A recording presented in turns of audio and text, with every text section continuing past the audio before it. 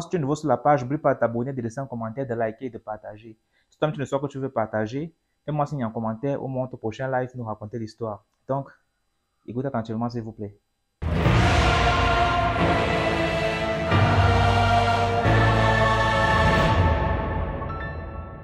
Il y a deux jeunes filles qui se connaissent depuis toute petite et elles vivaient ensemble. Une vivait au nord et l'autre vivait à Yaoundé chez sa grande sœur. Donc, elles se rencontrent comment? Elles viennent.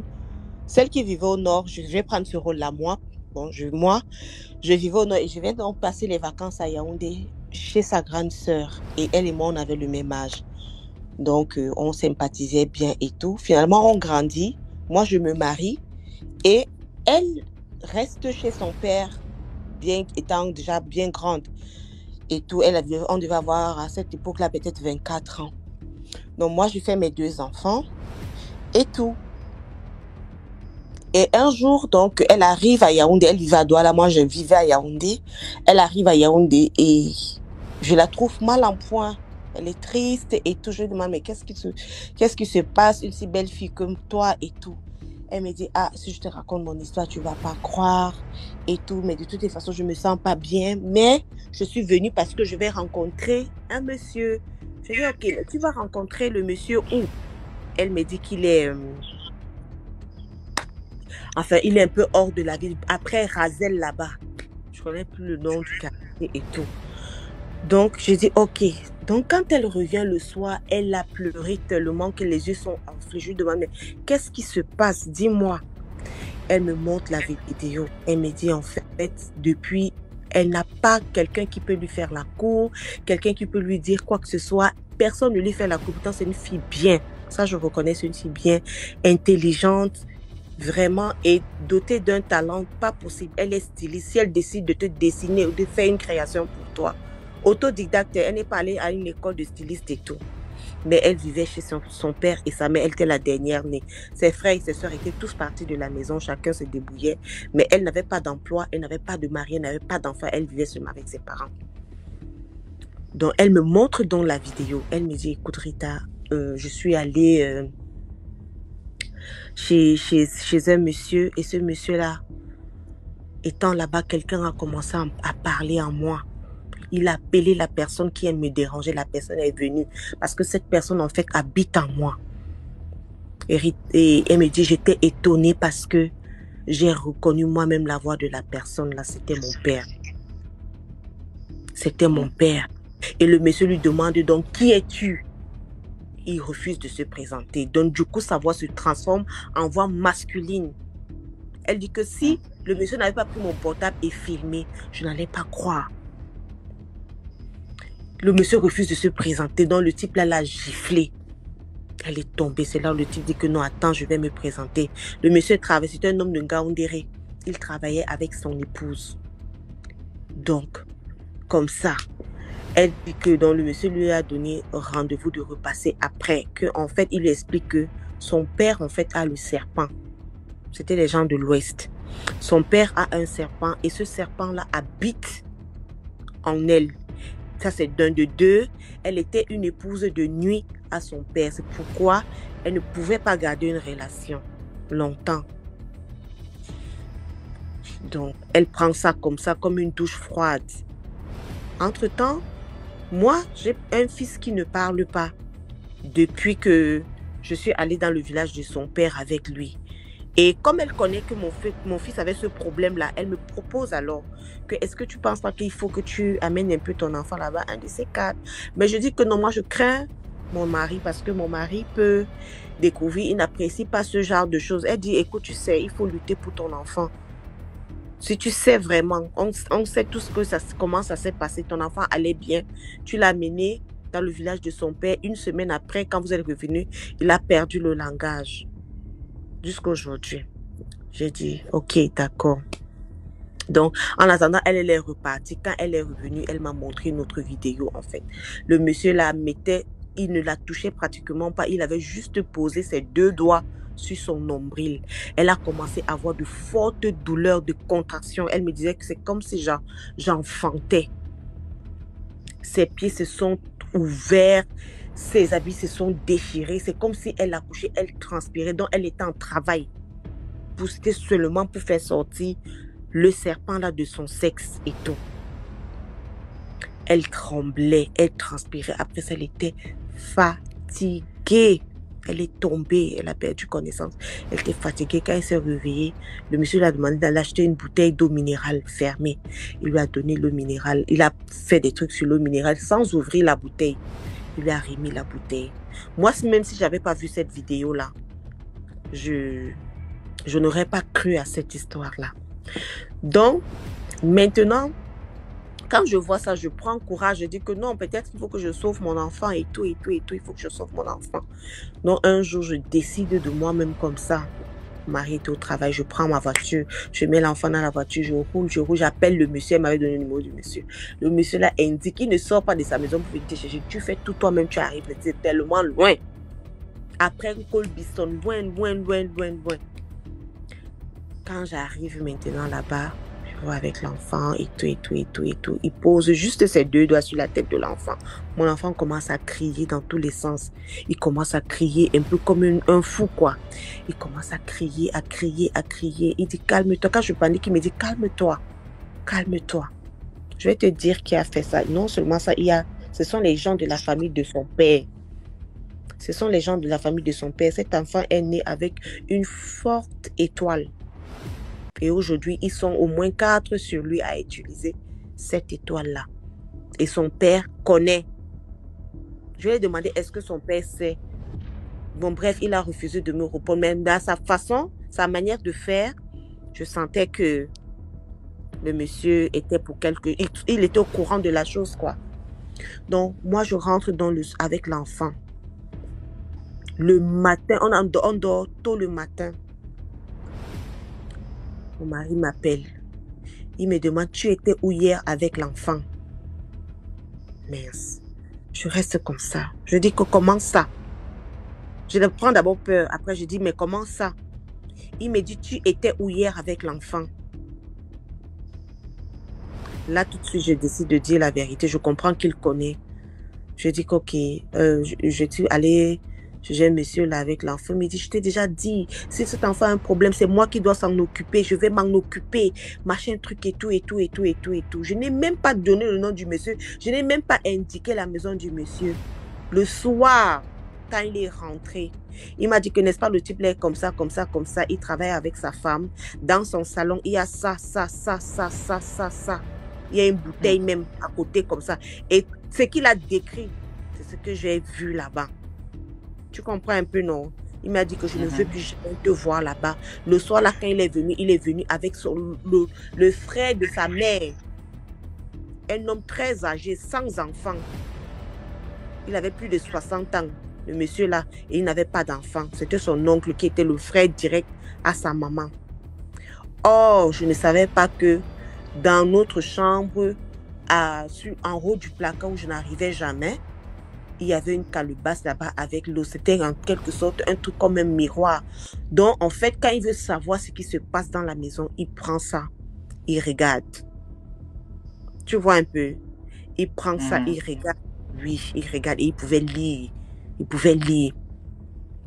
Et son oncle était dans des choses vraiment compliquées et tout. Donc, sans que moi je ne leur indique, avec leur mysticisme, ils sont arrivés à la maison de ce monsieur-là. Et ils ont menacé le monsieur-là avec son épouse. Ils ont menacé ce monsieur-là avec son épouse. Du coup, mon amie, quand elle rentre chez elle, donc à Douala, quand elle arrive, son père, sa mère balaie la cour et lui donne la terre pour qu'elle mange. Elle lui dit de manger. Elle ne comprend pas pourquoi sa mère peut lui donner la terre pour manger. Elle ne mange pas, mais le monsieur lui a dit que quand tu arrives avec l'eau là, pulvérise l'eau là dans ta chambre. Elle a ouvert la bouteille Tanguy là dans sa chambre. Elle a versé l'eau. Son père a commencé à faire les problèmes tôt le matin, qu'il y a quelqu'un qui veut le tuer, que sa fille veut le tuer. Il s'est déplacé directement. Il est parti à Banjul. Il a pris la voiture. Il est parti à Banjul. Le type a dit de rester tranquille, puisqu'elle n'avait pas l'argent pour déménager. En fait, l'idéal aurait été qu'elle déménage pour prendre son appartement. Mais elle ne travaillait pas. Elle n'avait rien. Elle était obligée de continuer à rester avec ses parents. Finalement, son père reste là-bas au village. Après, il demande que tout le monde doit venir au village pour faire la récolte. Il y avait le haricot et les pommes de terre qui pourrissaient au champ. Ils sont partis. Elle dit que quand ils rentraient, ils avaient pris la voiture. Ils ont fait un gros accident. Personne n'a rien eu. Elle était la seule qui s'est vraiment gravement blessée. Gravement blessée. Elle a compris que ici, sa vie en dépendait. Ici, sa vie en dépendait. Quand elle a parlé de ça à ses sœurs ont fait genre, elle a compris que ses sœurs aînées là, connaissaient l'histoire. Et il avait fait la même chose avec ses grandes sœurs, tant que ses grandes sœurs étaient encore là à la maison. Tu comprends un peu? Donc, il y a des parties où les parents entrent dans des trucs compliqués et ça déteint sur nous et tout. Finalement, il a fallu que le papa, là, puisque son serpent était déjà dans ses mains, il était d'abord parti cacher ça au village. Il ne savait plus où mettre ça. En ville, c'est un peu compliqué. Il faut avoir les toilettes traditionnelles là et tout. Or, il n'y a pas ça. Ça a menacé le papa là comme ça, au point où elle est quittée de là, elle est partie vivre chez elle. Quelque temps après, le papa là est décédé. Jusqu'aujourd'hui, sa mère ne lui parle pas. Ne lui adresse pas la parole. Mais dès qu'elle est partie de là, quelques temps après, elle a conçu. Elle s'est mise avec quelqu'un. Aujourd'hui, elle est mariée. Elle a 3 enfants. L'autre, finalement, quand elle appelle le monsieur pour revenir avec son enfant, le monsieur refuse parce que les gens sont venus le menacer. Et jusqu'aujourd'hui, l'enfant est toujours resté comme ça, sans parole. Ok, je vais vous raconter une histoire qu'un collègue m'a racontée, qui ça s'est passé dans la ville de Douala. Merci Micha. En fait, ce qui se passe est que son oncle était un motoman. Et il rencontre un de ses collègues, dans un de ses amis, qui l'amène quelque part en lui disant qu'ils ont une réunion, il doit adhérer dedans, là-bas. Et c'est ainsi qu'il entre dans la réunion et puis on le nomme comme secrétaire. Comme il est devenu secrétaire, maintenant il fallait qu'on leur donne les ultimatums, qu'est-ce que vous devez faire et ce que vous ne devez pas faire. Après, ils ne devaient pas manger de la nourriture hors du cercle, en fait. Ils ont une réunion où ils préparent la chair humaine.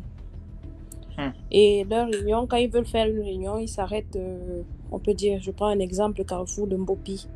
Ils font un cercle et puis c'est comme ça que leur réunion se passe. Et c'est comme ça qu'ils attirent les chances des autres, les passants et autres. Et c'est comme ça qu'un jour, on lui dit qu'il doit donner un membre de sa famille. Le monsieur refuse, il dit en tout cas je vais aller réfléchir. Il démarre sa moto, en allant, il fait l'accident. Et il a eu mal au pied. Il a donc pris cette écorchure comme si c'était de rien, comme si de rien n'était. Il se disait que ça va guérir tôt ou tard. Mais c'était là le problème. C'était une blessure inguérissable. Et c'est comme ça que l'oncle, il a fait 4 ans avec cette blessure. Ça ne guérissait pas. C'était toujours intact. On lui posait toujours la question, est-ce que tu es prêt à donner un membre de ta famille? Il dit non, je ne peux pas vendre ma famille. Et en plus, depuis que je suis avec vous, je mange cette nourriture dégueulasse, que je ne connais même pas d'où provient cette viande. Et en plus de cela, je ne vois pas une évolution parce que je n'ai pas l'argent. On lui dit, mais pour avoir cet argent, il faut passer par ces rituels et autres. Il a donc pris part de ça à sa tante, en disant à sa grande sœur, en lui disant que voilà ce qui se passe. Comme sa grande sœur est en bain, sa grande sœur dit de toutes les façons, rentre au village, comme cette plaie ne guérit pas. Ce sont les Bamileke. Rentre au village et puis on verra ce qui va se passer. Il rentre donc au village. On l'amène chez une praticienne. Donc, commencer par une femme. Cette dame dit, il doit d'abord se confesser avant de commencer le travail. C'est comme ça que ces gens ont fait en sorte de bloquer au niveau de sa gorge. Il ne pouvait plus parler. Donc, il s'est tué. On lui pose la question, il n'arrive pas à ouvrir la bouche pour parler. Donc, ils ont fermé la bouche du monsieur. Et c'est ainsi que la dame dit que tant qu'il ne parle pas, je ne pourrai rien faire pour lui. Et puis, il y a une de ses sœurs aussi qui est dans les environs de Yaoundé. Sa sœur de Mbenga a appelé pour lui dire que fais vite, va au village, il y a notre frère qui ne va pas bien. Et c'est ainsi que le gars est allé, la femme a pris la moto pour aller voir un praticien dans un autre village. Et il a refusé de me dire le nom du village. Il est allé voir le monsieur lui dit, il n'y a pas de souci, il faut que j'aille voir ton frère sur place, parce que comme ça je ne pourrais pas l'aider. Elle dit d'accord, ils ont pris donc la voiture, ils sont arrivés. Et pour arriver dans son village, il faut encore prendre la moto et entrer dans le village. Et quand ils ont donc pris la moto pour arriver là-bas, ils ont eu un accident. Le tradit praticien lui dit, tu sais, toi, je peux aller, tu m'indiques c'est où. Toi, on t'amène à l'hôpital comme tu as eu un problème. C'est comme ça qu'elle est allée donc à l'hôpital. Le monsieur a continué. Le tradit praticien a continué. Il arrive là-bas. Tout le monde était en pleurs et tout. On a dit que leur frère est mort. Il arrive, il dit, enterrez-le, mais ne versez pas le sable sur lui. Mettez juste la tôle au niveau de sa tombe. Couvrez son corps avec la tôle. La tombe avec la tôle. C'est comme ça qu'ils ont couvert.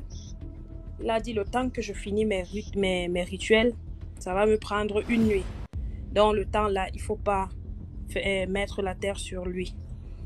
C'est comme ça que le monsieur, les amis du monsieur avec qui il était dans la réunion sont venus. Ils sont venus, dont l'intention de leur venue était pour venir prendre le cœur du monsieur, de l'oncle. Et dès qu'ils sont arrivés à moto. Et c'est comme ça qu'il y avait une dame. Apparemment, c'est leur marraine. Elle est arrivée avec eux. Elle avait les locks. Dès qu'elle est arrivée, ils se sont mis de côté. Ils ont dit qu'ils veulent voir le corps de ce dernier. Mais la famille a refusé. Ils ont dit non, il y a des rituels à faire. On doit finir les rituels avant de procéder et on va aller d'abord l'amener à la messe. Et là, vous pourrez le voir dans son recueil. Parce que là où il y a les rituels qu'on doit faire. Patienter. La dame a dit non. Que c'est obligé, il faut qu'on aille voir la dame et tout. C'était le monsieur. Et c'est comme ça que la tante est arrivée. La tante dit ne touchez pas à ce corps. C'est interdit parce qu'à l'heure-ci, il y a des rituels à faire. Je ne sais pas s'il y a un problème. La dame dit il n'y a pas de problème. Et puis elle demande qu'elle peut préparer quelque chose parce qu'ils doivent manger. Ils sont venus avec leur sac banco où il y avait la viande. Et ils ont demandé juste le feu du bois. Ils ont travaillé là-bas, ils ont mangé. Et puis le papa a fini ses rites. Il est sorti. Il dit venez voir alors la suite. Il vient, il touche. Le monsieur, il soulève la main. Tu sais, quand quelqu'un est mort, tu peux pas plier et tout. Mais lui, il pliait les mains et les pieds. Il a dit, le gars n'est pas mort. Il est encore en vie. Et il est entré dans les trucs mystiques et autres.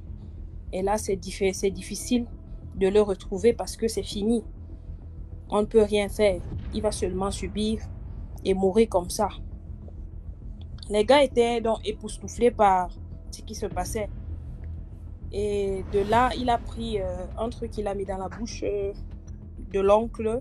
Dès qu'il a mis, c'est comme ça qu'il a dit il faut qu'on évente l'oncle. Parce que apparemment, chez les Bamileke, il y a des rituels où on dit les deux reins, il y a le rein maternel et paternel pour voir si c'est un truc dans la famille ou bien c'est un truc hors de la famille.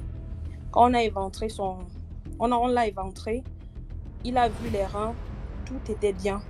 Il n'y avait pas de problème. Donc normalement, s'il y avait un truc du côté gauche, ça allait devenir noir. Et c'est comme ça que il arrive au niveau du cœur. On trouve que le cœur a été poignardé avec des couteaux, des lames de couteau. il a dit, voilà, il est entré dans ce qu'il n'a pas pu. Et il a dit qu'on devait opérer, donc ouvrir le cœur pour voir. Eux, ils savent lire ce qu'il y a dans le cœur. Mais ce n'est que moi seul qui peux voir. C'est ce que le tradit praticien a dit. Il ouvre le cœur, il voit. Il dit, il n'a mis aucun nom de la famille. Donc on a demandé qu'il donne la famille et il a refusé. Et maintenant, ces gens veulent prendre son cœur pour au moins finir leur rituel. Parce qu'eux, ils cherchent le cœur. C'est comme ça que la tante donc qui était à l'hôpital est donc arrivée le lendemain là. Elle est assise. Il dit, dis-nous qui est l'auteur de ces choses. C'est comme ça que le tradit praticien dit que ils sont là, ils savent ce que je dis. Ils sont là, ils savent ce que je dis. Et je répète encore, ils sont là, ils savent ce que je dis. La dame s'est levée, elle a dit à ces gens, rentrons. Ils ont démarré la moto, ils sont partis. Et son ami qui l'a donc mis dans cette réunion, sa carte était tombée. Comme sa carte était tombée, il y a une dame qui a répondu que c'est la carte de qui? Elle dit, donne-moi un peu, je vois. La tante a pris, elle a vu. Elle a dit que moi, je ne connais pas ses amis, je ne sais pas. Il y avait une personne qui vivait avec lui, c'était son cochambré, mais c'était une personne du village. Là, il donne, je vois, il dit que je le connais. C'est son ami, c'est avec lui qu'il marche souvent. De temps en temps, il vient le prendre, il sort. Et c'est comme ça que le tradit praticien dit, donne-moi le nom. On lit le nom, c'est là où le monsieur dit, celui-là, c'est lui qui est à la tête de ce problème. C'est lui qui a fait en sorte que votre fils, votre frère, votre enfant entre dans ça. Donc, après cela, ils sont partis et ils ont pu enterrer le monsieur. Ils ont fait des rituels et autres. Parce qu'ils ont dit que de temps en temps, ils pourraient rentrer, venir dans leurs rêves et leur hanter et tout. Donc, il a fait en sorte que tout se passe bien. Et comme une leçon de tout ça est que évitez les réunions que vous ne connaissez pas. Arrêtez d'aller dans des réunions qu'on vous dit, viens, on part dans une réunion, parce que certaines réunions finissent par des scandales et autres. Donc, cette histoire, je l'ai racontée et j'espère que ça va donner des leçons à d'autres. Voilà. Merci beaucoup, Sama, pour l'histoire. Les réunions, le marabout existe, il existe vraiment parce que notre ami a été empoisonné par sa copine et il a été guéri par lui-même parce que nous sommes allés dans le village pour le voir. Et c'est comme ça que nous sommes allés voir le collègue et le marabout l'a aidé. Aujourd'hui, il est en vie grâce à lui. Merci beaucoup, Sama. Je vous en prie. J'ai mon fils qui ne parle pas. Après avoir fait plusieurs recherches, en fait, on s'est rendu compte que c'était... Bon, pour faire court, j'étais mariée et dans la famille dans laquelle j'étais mariée, je les avais adoptés un peu comme ma famille parce que bon, moi, j'ai plus mon père, j'ai plus ma mère. Donc du coup, quand je me suis mariée dans cette famille, je les ai adoptés comme mes parents, mon beau-père et ma belle-mère. Alors, peu de temps après, mon beau-père est décédé. Et quand il est décédé, je me suis rendu compte 1 mois plus tard que j'étais enceinte. Alors, ma belle-mère a tellement insisté pour que l'enfant qui va naître, l'enfant qui devait naître, porte le nom de son mari, son défunt mari. Bon, moi, j'ai pas vu d'inconvénient. Soit dit en passant, son défunt mari était un ancien ministre du pays que je vais pas nommer. Donc voilà, l'enfant grandissait bien, l'enfant n'avait pas de soucis. À 1 an, j'étais quand même étonnée que l'enfant ne parlait pas, il ne disait pas de mots, rien du tout. Et la maman me disait, quand je dis la maman, je veux dire ma belle-mère, elle me disait tout le temps, non, tu sais, les petits garçons, ils ont du mal à parler rapidement, sois patiente, sois patiente. 2 ans, 3 ans, L'enfant ne parle pas et je me rends compte que ça n'inquiète personne. Mon mari était toujours absent, toujours parti à cause de son travail, donc j'étais tout le temps seule avec l'enfant. Et pour ne pas rester seule à la maison, dans une grande maison, donc j'allais tout le temps rester avec ma belle-mère. Je dormais même là-bas, je partais de là-bas pour aller à l'école. À l'époque, j'allais encore à l'école. Et chaque fois quand on allait au village, le village de mon mari, bien entendu, je faisais toujours genre, je ne comprenais pas leur langue. Donc, quand quelqu'un me parlait en Ewondo, je faisais genre, je ne comprenais pas. Pourtant, je comprenais très bien, je comprends très bien la langue. Mais je faisais toujours semblant de ne pas comprendre. Alors, plusieurs fois, j'ai entendu des mamans de ce village dire la jeune fille, si c'est vraiment dommage qu'elle n'ait pas ses parents, parce que si elle avait ses parents auraient su ce qu'on est en train de faire à son enfant. Parce qu'en fait, c'est mon beau-père qui vivait sur mon fils, qui vivait à travers mon fils. Et la première fois quand j'ai entendu ça, j'étais tellement choquée. Je me disais, oh, ce sont des petites jalousies et tout. Peut-être c'est comme il y a des petites rivalités dans les familles, dans les villages. Mais une fois, 2 fois, 3 fois, 4 fois, je dis non. On ne peut pas dire la même chose plusieurs fois. Et en plus, c'est pas les mêmes personnes qui le disent. Alors voilà comment je vais donc voir ma belle-mère et je lui demande de quoi s'agit-il. Elle me dit non, ce sont des histoires, il ne faut pas croire à tout ça, des gens racontent des trucs. Moi, j'ai finalement commencé à croire à ça parce que l'enfant était bizarre. Non seulement il ne parlait pas, mais toute la nuit, il restait éveillé. C'est genre, je dormais avec lui. Tu vois, tu dors dans la nuit et puis tu te réveilles peut-être pour aller faire pipi. Tu trouves l'enfant qui est carrément assis à 3 heures du matin et qui est en train de te regarder dans ton sommeil dormi. Il avait des réactions bizarres. J'avais même déjà peur. Comme mon mari n'était pratiquement jamais à la maison, donc j'ai fait venir ma petite sœur pour qu'elle habite avec nous. Parce que je ne pouvais plus. Et quand j'allais toujours demander à ma belle-mère que, mais voilà ce que l'enfant fait, qu'est-ce que tu en penses? Elle me disait tout le temps, non, c'est rien. Bref, j'avais l'impression que pour eux, ça ne les inquiétait pas. Et moi, ça commençait vraiment à me faire me poser des questions. L'enfant pouvait se mettre à rire toute la nuit, rire aux éclats, comme s'il était avec des gens. Pourtant, nous étions juste à 2 dans la chambre. Et voilà, c'est comme ça que j'ai commencé à fréquenter un prêtre exorciste qui m'a dit va demander tranquillement à ta belle famille ce qu'ils ont fait à ton fils. Et je tiens à souligner que quand j'étais enceinte de cet enfant, quand j'étais au 6e mois de grossesse, j'ai fait un rêve bizarre. Un rêve où on me sortait l'enfant du ventre et le cordon ombilical traînait. Et je courais après le cordon ombilical pour le rattraper.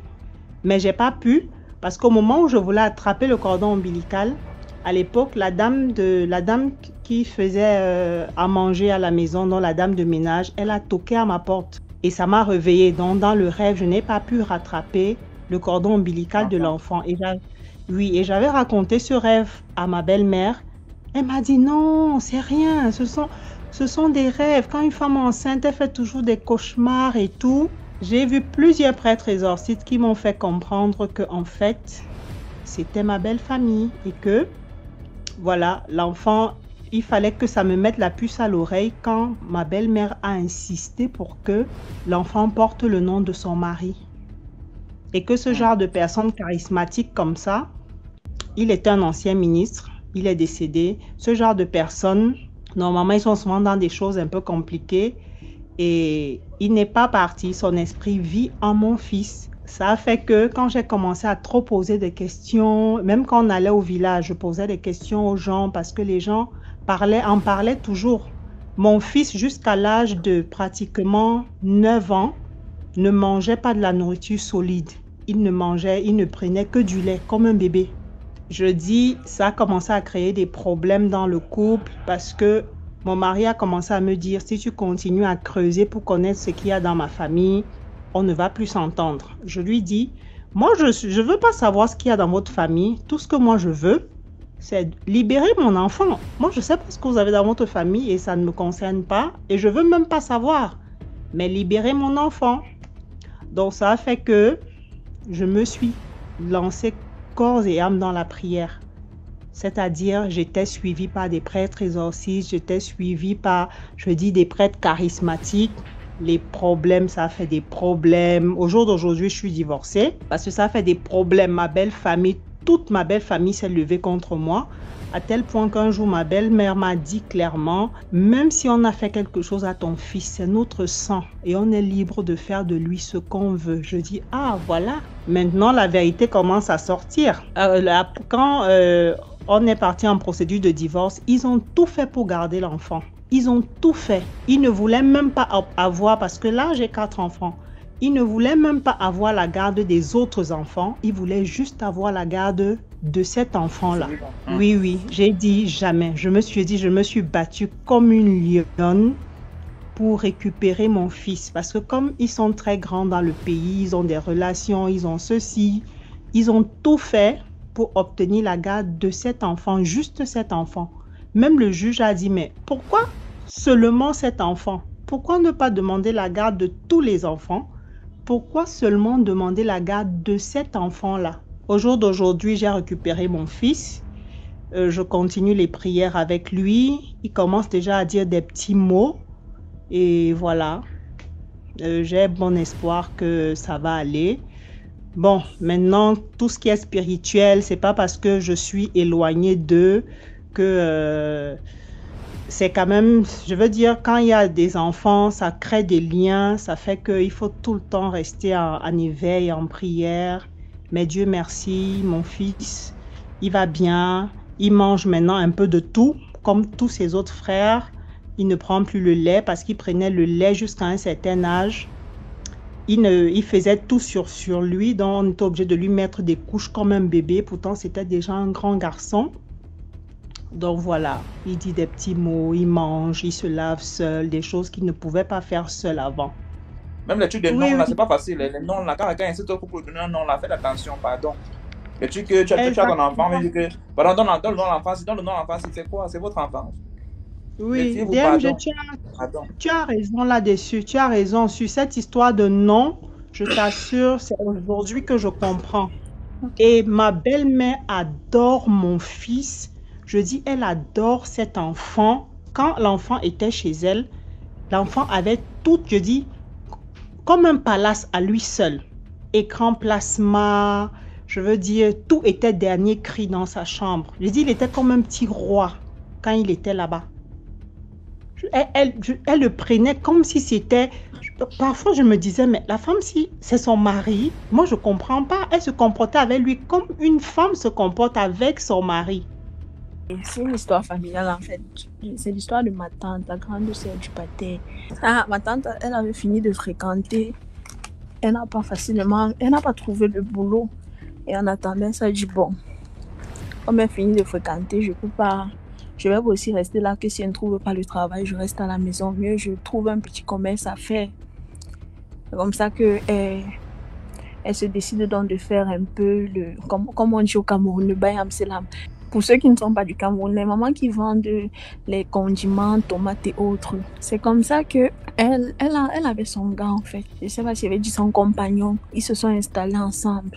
Ils ont eu même un enfant. Elle se battait là avec son bayam selam. Le gars, lui-même, il se débrouillait. Mais il ne faisait rien de concret. C'est elle qui était un peu genre l'homme, non. Mais quand une femme aime comme elle aime vraiment, c'est elle qui travaillait. Elle apportait un peu de quoi manger sur la table. Le gars, alors, dans ses jonglages, autant pour moi, il a allé rencontrer les mauvaises personnes et on l'a mis dans ce que les Bamileka appellent le omukwagne, c'est ça, non? Il est entré dans le femme là et puis on lui a demandé de donner la chèvre. Apparemment, la chèvre là, c'était ma tante. Lui aussi, il est parti, il a donné ma tante. Comme ça qu'elle est morte. Après, elle meurt. Et puis pendant les obsèques, donc, le jour de l'enterrement, la famille de mon arrière-grand-mère, si je peux dire ça comme ça, oui. La famille de mon arrière-grand-mère, parce qu'il n'était pas du même village que mon arrière-grand-père, si je peux dire ça, oui. Donc la famille de la grand-mère se sont opposés, genre, parce que mon arrière-grand-père qui était le le grand-père de ma tante, voilà. Lui, il était catéchiste. Donc, il a dit qu'on ne venge pas la mort, qu'on laisse entre les mains de Dieu. La famille donc de la grand-mère de ma tante, eux, ils ont dit que jamais chez eux, on ne vend pas la première petite fille d'une maison, en fait.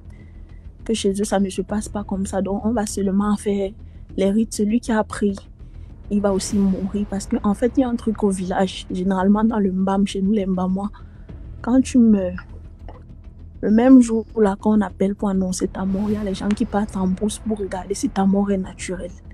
Si c'est naturel, on t'enterre simplement. Mais si ce n'est pas naturel, on va chercher à te vendre. Mais on va chercher à venger. Maintenant, ça dépend aussi des parents. Il y a les parents qui n'acceptent pas qu'on venge. Comme le grand-père, lui, il a dit qu'on laisse entre les mains de Dieu. La famille de sa femme a dit jamais. On va seulement venger. Le jour de l'enterrement, pendant qu'on est sorti avec le cercueil, qu'on met souvent là pour faire la messe et tout, toutes les cérémonies là. Un de leurs patriarches, si je peux dire ça comme ça, il s'est levé avec les initiés. Ils sont venus, ils ont cassé la vitre du cercueil. Ils ont pris, on a un arbre sacré là au village, ça produit une cola, on appelle ça la cola du lion. Ils sont venus, ils ont râpé ça sur le cadavre, ils se sont mis à parler, faire les incantations. On est parti chercher ma grand-mère, que c'est ta fille, viens donner le nombre de jours que tu donnes à celui qui l'a tué. Ma grand-mère aussi dans la panique, elle est sortie, elle a seulement dit, je donne 1 mois. Parce que tout le monde, vous voyez, quand tu as perdu ta fille, tu es au deuil, tu es là, tu es triste, tu es en train de pleurer, on vient seulement te tirer, que donne le nombre de jours, donne le nombre de jours. Dans la panique aussi, pour ne pas aussi manquer de respect aux aînés, elle est obligée de donner un délai. Elle a seulement dit, je donne 1 mois. Quand elle a dit qu'elle donne 1 mois, la famille du gars, désolé pour ceux qui ne demandent de pas pleurer, c'est une histoire qui me touche trop, c'est pour ça que j'ai même l'air essoufflé. La famille du gars, pendant le deuil, ils étaient déjà en colère parce qu'ils savaient que leur fils avait fait quelque chose à la femme. Ils se sont donc levés avec leur fils. Ils sont partis, ils n'ont même pas entendu l'enterrement. Ils sont partis. Quelque temps après, les 1 mois, jour pour jour, le camion a écrasé l'homme là à Mokolo. Parce que les gars de la famille de mon arrière-grand-mère, ils avaient dit que comme toi, tu as tué notre fille et nous, on a vu le corps, toi, on ne va même pas voir ton corps. Donc, tu n'auras même pas d'obsèque, le genre d'obsèque qu'on va voir ton corps. C'est comme ça qu'on l'a aussi tué. Donc, 1 mois après, le camion l'a écrasé à Mokolo. Il est mort. N'est-ce pas, on s'est dit que l'histoire est finie. Et que ouais, l'histoire est finie. Sa famille s'est donc fâchée que comme on a vengé et on a tué leur fils, l'enfant qu'ils ont eu, genre, leur fils et notre tante et notre fille, l'enfant qu'ils ont eu, eux aussi vont tuer l'enfant. Ils sont partis tuer l'enfant. Jusqu'aujourd'hui, moi, je n'ai pas compris leur motivation. Donc, ils ont tué l'enfant pour nous faire mal parce que l'enfant vivait avec nous. Ils sont partis tuer l'enfant. Donc, la morale de l'histoire, parce que ça, il y a pas eu une suite. Au final, quand ils ont tué l'enfant, on a encore fait les rites, on a vu que ce sont eux qui ont tué l'enfant. Ils voulaient encore venger. Ma grand-mère a dit que pardon, laissez comme ça. Quand ils vont tuer l'enfant, quelqu'un va encore... Quand on va aller venger, ils vont encore tuer quelqu'un chez nous. Mieux, on les laisse comme ça. Qu'ils ont gagné, non. Ils ont pris 2 personnes chez nous. Nous, on avait pris une seule personne qu'on les laisse. C'est qui est sûr. L'enfant était aussi parental avec eux. Même s'ils ont tué, c'était aussi leur enfant. Donc, on laisse comme ça là. Donc, la morale de l'histoire, c'était que ce ne sont pas tous les deuils qu'on venge, en fait. Il y a les familles qui sont capables de tuer même toute une autre famille seulement pour entendre que nous aussi, on connaît les rites, en fait. Donc, il y a les morts que quand vraiment tu perds ta personne, il faut seulement laisser entre les mains de Dieu. C'est Dieu, lui seul, qui va venir venger. En fait, l'histoire que je vais raconter, c'est l'histoire de deux copines, en fait, qui sont commerçantes et qui vendent exactement les mêmes produits et qui voyagent ensemble pour faire du commerce. Mais par contre, il y en a une qui, du jour au lendemain, ses affaires ont commencé à être... ses affaires ont commencé à prospérer, en fait. Donc, elle a commencé à beaucoup plus vendre. Elle a commencé à avoir un peu plus d'argent que l'autre. Or, elles vendent le même produit. Et puis, pendant un certain temps, celle-là, elle a commencé à faire beaucoup plus de plus-value. Et l'autre copine lui dit, mais on vend quasiment les mêmes choses, on fait les voyages ensemble, on fait le commerce ensemble, mais par contre, je ne comprends pas comment toi, tu arrives à avoir une affaire qui prospère beaucoup plus que la mienne. Donc, elle lui a dit, on est copines, mais ok, moi je vais te dire mon secret, mais par contre, il faut voyager. Et elles ont voyagé, elles sont parties au Ghana ensemble. Donc elles sont parties au Ghana, mais par contre, elle lui dit, il faudra garder ça secret. Et elles sont parties pour un rituel. Mais par contre, pendant le rituel, on n'est pas éveillé. On dort, on s'endort, on vous endort en fait. Et puis le lendemain, vous repartez comme si de rien n'était. Donc elles sont revenues au Bénin et les affaires ont commencé à prospérer également pour la deuxième copine. Donc elle aussi, elle est devenue très riche, elle a prospéré ses affaires, elle vend beaucoup mieux, tout va bien et ainsi de suite. Et puis par contre, du jour au lendemain, elle a commencé à avoir en fait des maux de ventre. Des maux de ventre très très violents. Et en fait, il s'est fait qu'elle a oublié de faire le rituel qu'elle devait faire chaque année. Chaque fin d'année ou chaque début d'année, en fait, elle doit sacrifier un mouton entier et doit couper la tête et poser la tête chez elle et attendre, on va dire.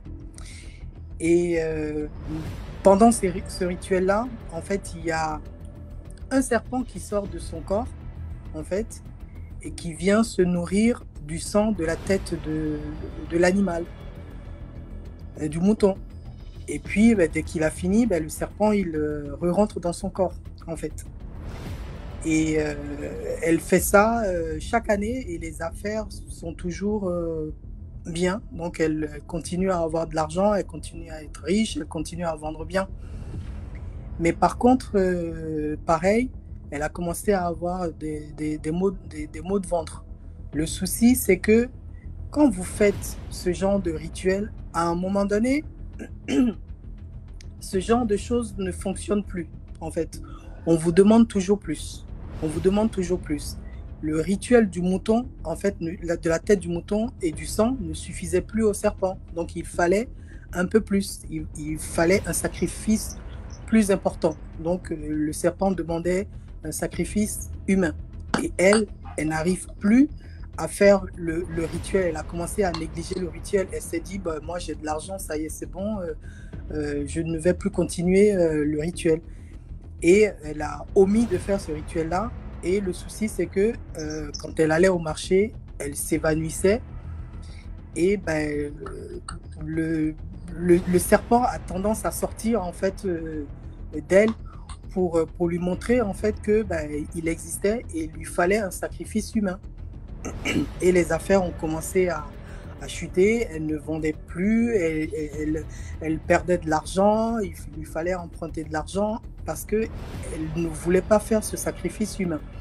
Cette histoire-là, comme je vous l'ai dit, peut-être que certains Béninois la connaissent. Et en fait, le serpent vivait dans son ventre en fait, et sortait pour ce rituel-là qu'elle a oublié de faire et qu'elle ne voulait plus faire parce que le sacrifice du mouton ne suffisait plus au serpent et lui, il voulait un sacrifice humain pour que ses affaires puissent prospérer encore plus en fait. Et elle a refusé de faire ce sacrifice-là et elle est même passée, je pense, à la télé, cette dame-là, elle a raconté l'histoire parce que les maux de ventre étaient vraiment violents et elle a tout perdu du jour au lendemain en fait, parce que elle n'a pas respecté sa parole de faire le rituel qu'il fallait faire, en fait. Voilà, c'est une histoire qui est courte, mais qui est vraie, parce qu'elle a été racontée et elle a été sue par tout le monde. Et cette dame-là, en fait, elle était devenue une sorte d'attraction, en fait, que tout le monde allait regarder en fait celle qui avait le serpent dans le ventre et le serpent qui sortait pour venir boire du sang de la tête du mouton. En fait, c'est une histoire qui est connue en fait des Béninois. Voilà. Depuis là, nous, on parle des trucs au Cameroun, le Bénin, c'est le fait. Hein. Ah, le Bénin est réputé quand même pour des choses. Hein. On est quand même le pays du vaudou. Hein. On est quand même le pays du vaudou. Et il y a des choses. Voilà. Vous portez le brassard en sorcellerie, vous portez le brassard. Capitaine. Oui, chapeau. Capitaine, courage. Et confiance. Merci beaucoup. C'est ce qu'on dit. Mais après, vous savez, le vaudou et la sorcellerie, ce n'est pas la même chose. Le vaudou, c'est des rituels, c'est de la protection. Or, la sorcellerie, la plupart du temps, souvent, c'est pour faire du mal. Ce n'est pas pareil du tout. Ce n'est pas pareil. Et moi, ce sont mes croyances. J'y crois. J'y suis né dedans, j'ai vécu dedans. Chaque fois que je retourne au Bénin, si éventuellement il y a des cérémonies à faire, moi je dis cérémonie en fait, s'il y a des cérémonies à faire pour la protection, ben je le fais, je n'ai pas honte de ça, parce que ce sont mes croyances, tout simplement, c'est mon pays, j'ai vécu dedans et c'est comme ça, je ne renie rien du tout, je ne regrette rien du tout, c'est comme ça, ce sont mes croyances aussi, voilà. D'accord.